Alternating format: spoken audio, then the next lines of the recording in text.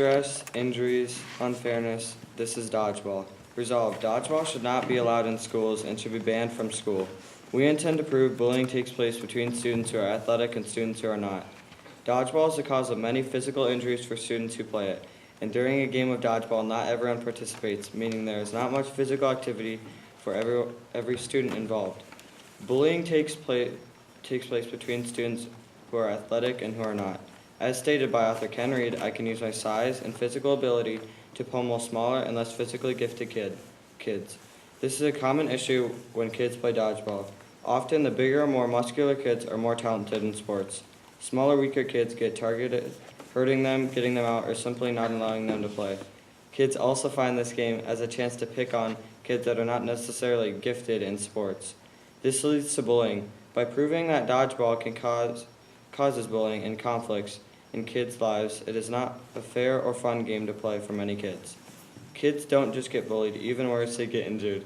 According to Syracuse.com, a JD student's parents claim their son's nose was deformed from a dodgeball injury in gym class on January 10, 2013, when he was in the 5th grade. In a poll conducted by our group, a proportion of students and teachers in Ms. Teff's and Mr. Kerr's English classes, the number of people that had been injured or injured someone else in dodgeball was very high. 53% of people polled indicated that they had been injured while playing dodgeball. What is even more shocking is that 77% of people polled said they had injured someone else playing dodgeball. This means over half of the people have ever played dodgeball have been hurt or hurt someone else. It's a silly game worth so many trips to the nurse's office.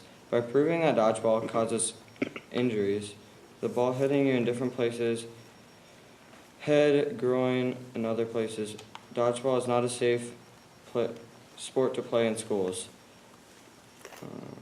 Kids often get hurt, resulting in them not participating at all. There's not much physical activity taking place in dodgeball. As a result, most kids worry about their grades, and those kids have trouble going outside or simply finding a time to go outside. The only place they get their fitness is through PE, and that gets taken away when they get out hurt or bullied, or aren't even getting a chance in dodgeball. There is no physical activity occurring. Dodgeball is a physically and emotionally painful game that should not be played. If we turn out to be a nation that allows our students to play a violent sport in school, this is potentially a slippery slope. What other violent sports and activities will students begin to think are okay? Ultimate Fight Club, also known as UFC, also causes injuries, but we are not allowed to participate in that in school. Yet, if they both cause injuries, are they really so different?